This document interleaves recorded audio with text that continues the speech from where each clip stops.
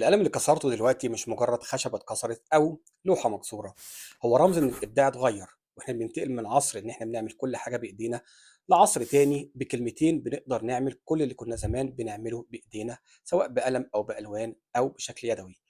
الموقع اللي معايا النهارده هو وكيل تصميم بيبقى معاك في كل خطوات حياتك كمصمم أو كفنان أو كمبدع، يقدر يعمل إنتاج للوحات أو تصاميم كنت ممكن تاخد منك شهور. وكمان مش بس كده، تقدر تعدل عليها بعد ما تعملها، تقدر تعدل على زاوية الضوء، تقدر تعدل على الألوان، تقدر تعدل على جزء من التصميم، تقدر تعمل كل حاجة.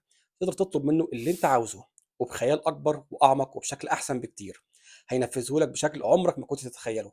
هو موقع جديد طالع، قالب الدنيا إن هو حرفيا أول وكيل تصاميم بيبقى معاك من الألف للياء في كل حاجة في كل شيء. مش بس كده، تقدر تعمل من خلاله براند كامل، تقدر تعمل سواء موك اب لوجو، تعمل تصاميم، تقدر تعمل كل شيء لبراند كامل في 10 دقائق. مجرد انك هتكتب له اللي انت عايزه هو هيبدا يعمل لك خطه كامله ويوريك بتتعمل ازاي. الموقع اللي معانا النهارده هو lover.ai. lover.ai هو موقع جديد، وحتى لما تيجي تعمل ساين اب عليه دلوقتي هو هيحطك ويتنج ليست، بس هيدخلك مباشره تجرب الموقع. وحاليا بيديك نقط مجانيه تجرب بيها حاجات كتير في الموقع.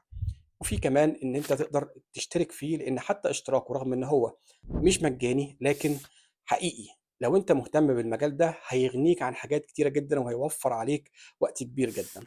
lover.ai من أقوى المواقع اللي نزلت جديد في عالم الذكاء الاصطناعي والخاصة بالتصاميم والمصممين والbranding بشكل عام.